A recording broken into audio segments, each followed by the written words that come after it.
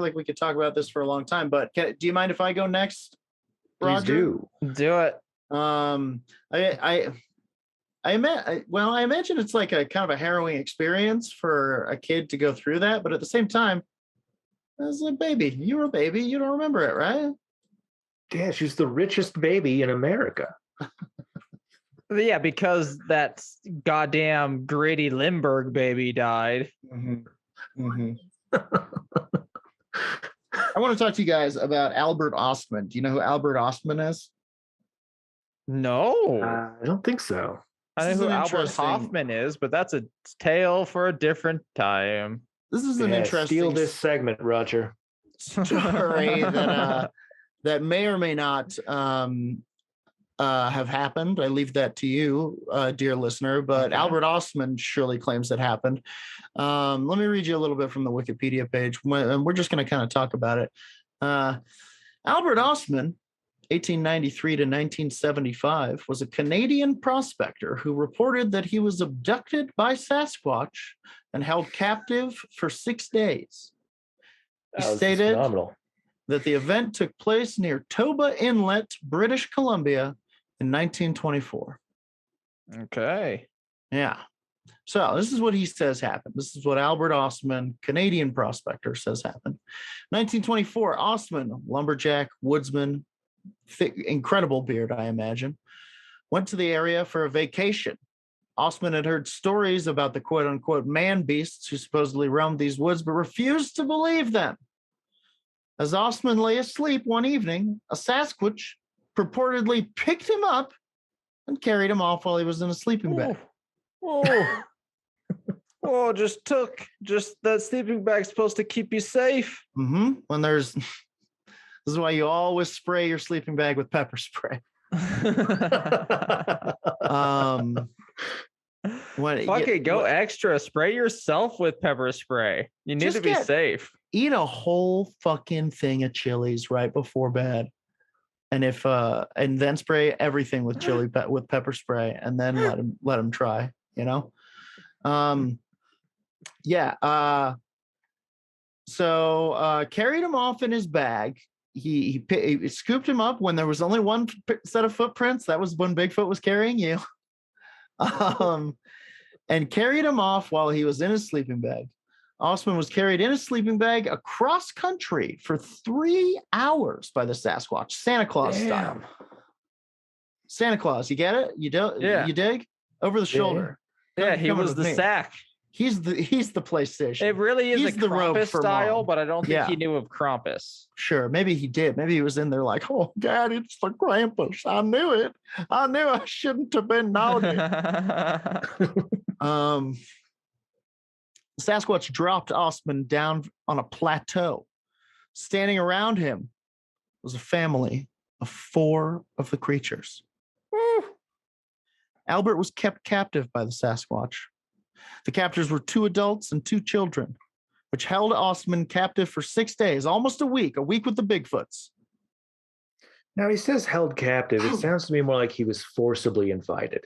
No, Nate, that's kidnapping. That's not forcibly invited. No, this is why caring for him. No, you have Stockholm syndrome. Stop thinking the captors we freed you from were your friends. It's for your own good. Okay, the captors are 2 adults and 2 children. Held him captive for 6 days. That's a lot of time. One of the Bigfoots was reported as being 8 feet tall. That's got to be Papa, right? Bebe. Ostman did not... Unless they're like a matriarchal society where the women are in control of everything. They might be the larger of the species. I could see that. Sexual dimorphism tipped in the other direction from humans. Ostman did not use his guns on them as they had done him no harm. So he kept trying to leave and they were like, no. But he was like, should I shoot my way out? I guess not. And I mean, I wouldn't either. You know, you would stay. I would stay. Obviously, I would stay. It would be a great time. They haven't done anything to him except move his bag. Listen to this. With him inside. Did the Bigfoot even know he was in there? They did Santa Claus in a way. That maybe? I don't know. I think maybe. Okay, here's my theory. No, sure. I'll tell you my theory at the end. Okay. He stayed with the Bigfoot family for close to a week. Ostman ate, quote unquote, sweet tasting grass that they gave him. According to Ostman, the female Sasquatch washed and stacked leaves. Doing the dishes, I guess. Why? Yeah, it's a little Flintstones, but all right. Albert escaped by making the large male Sasquatch groggy by feeding him some snuff. Is that how snuff works? Kinda. I've heard stories of it. I mean, I guess he probably tried a bunch of weird, like Hogan's Hero style escapes, and eventually settled on snuff. You think he like dressed up as a lady Sasquatch and tried to like lure him out? And, I'm going to the grocery store. Yeah, or like made a deer out of like a potato sack and like, look, some prey. Oh, it's getting away. I mean, to be fair, he was probably too scared to do anything, as I would be. I would be probably petrified and be like, shit, these creatures I'd never seen before are real. Yeah. That's day one. Yeah. Day two, I'm afraid they're just going to rip me apart if I move a little bit. Mm-hmm. And it goes slightly. This grass isn't too bad. Yeah, damn. The sweet grass. I think I can live here. Grass. They eat shoots and berries. No, he's only there for 6 days. You don't get to stay long enough to learn the language or court their daughter. Which is the 8th day is when that begins. That is the 8th day. That's when that starts. He did not tell his story.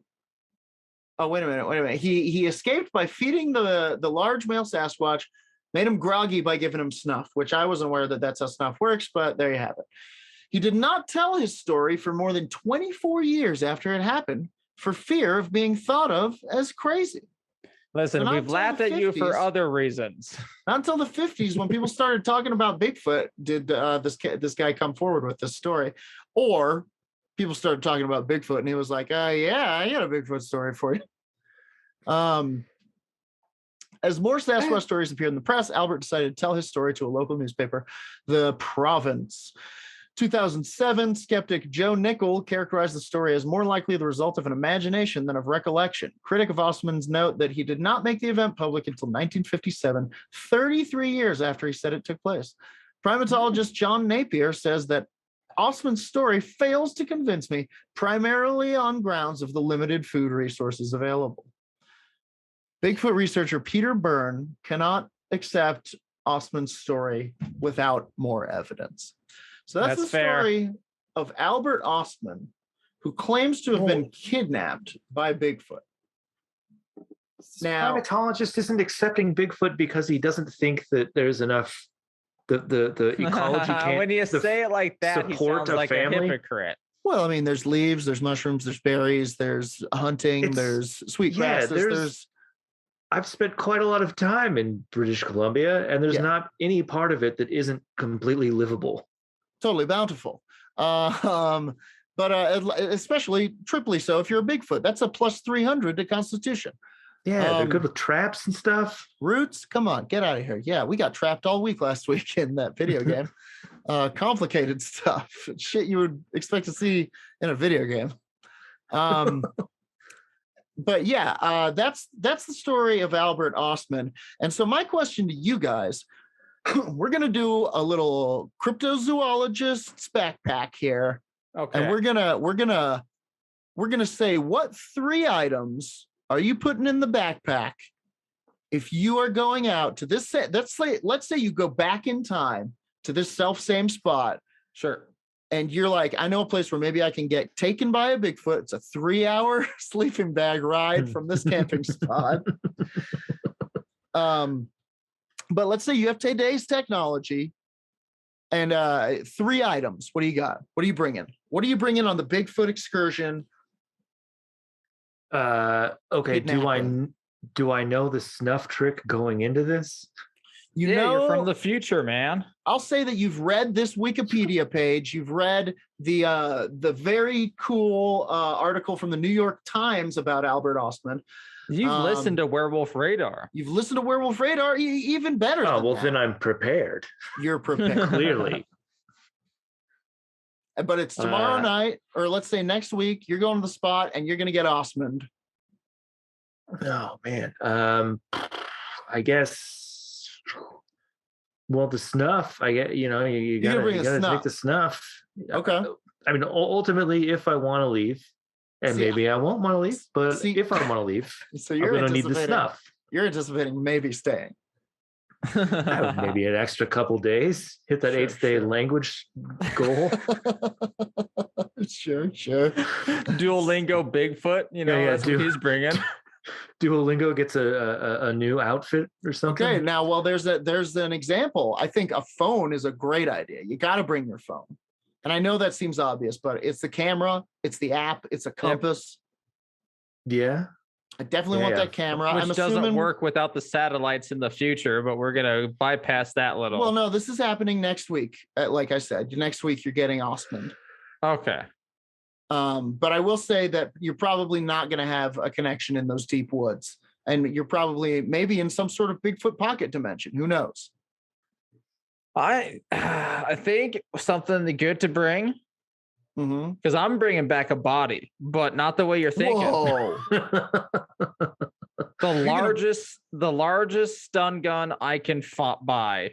Big stun gun's a great idea. I think I want to bring back a body. I want to send. I need the pingies to penetrate that large fur, send that shock, bring Bigfoot down. And then I'm dragging his body to the nearest highway, hitchhiking with the body all the way to the city. There's a guy dragging a gorilla. Should we pick him up? I mean, it's not gonna be. It's not gonna be. Let's just keep driving. I think it's not gonna happen quickly, but someone will stop eventually. Sure. Someone will stop eventually. What's that, a gorilla yet? Hop in, partner. I dig it. And we can even say a phone is like a given. I think the phone is going to be an interesting tool for maybe a Duolingo, maybe trying to, record some sounds, maybe trying to, and that seems like a real obvious answer, but I do like the idea of a stun gun. I'm going to take it one step up from the snuff. I'm going to say that we know about the snuff. Okay. Let's bring some. We're gonna do lines with Bigfoot. I'm gonna bring some Molly, and we're gonna make a fucking weekend out of this shit. I'm gonna bring a bottle of Jack Daniels. I'm gonna bring an entire Bible of acid. Each page just soaked. Hey, Bigfoot, you want to see Bigfoot, man? I think. But that's kind of funny because I was thinking maybe bring a mirror. I'm gonna. That's a great idea. I'm gonna jack it up from I like there. the idea of showing Bigfoot himself. Sure, I'm gonna jack it up from and then teaching him to shave. And while the Facts of Life song plays in the background, washing a dog together, roller skating. What's happening? I brought roller skates. I'm gonna go phone, NyQuil. Oh.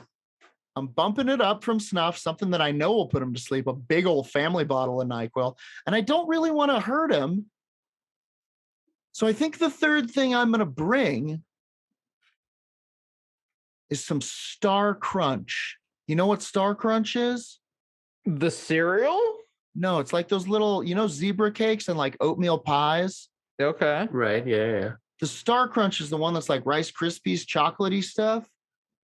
Oh, okay. Yeah. Okay. I'm going to bring a box of Star Crunch and win them over. And I'm going to come back for years to come and study the foots with my phone. And if I need to get out the NyQuil and my snacks, my Debbie snacks cakes. Gotcha. You're going to be like that grizzly man, but hopefully not be maimed by the Bigfoot. Listen, whatever needs to happen. So I need a final answer. This is the end of my segment. What goes in your Ostman's backpack? I think we get one collective bag. We're being kidnapped together. No. We each get our 3-item backpack. Mine's the phone. Sure. Star Crunch. Sure. NyQuil. Phone. Stun gun. Huh? and I guess a big net. Adam P threw that out there because I need to drag him efficiently. So I'm going stun gun and big net. I'm going bringing back a live body of Bigfoot. What about an even bigger, like a gigantic sleeping bag, and then you teach him to sleep like you do in the sleeping bag, and then you trap him? Maybe you should have thought about your bag differently. Fair enough. Fair enough. Nate?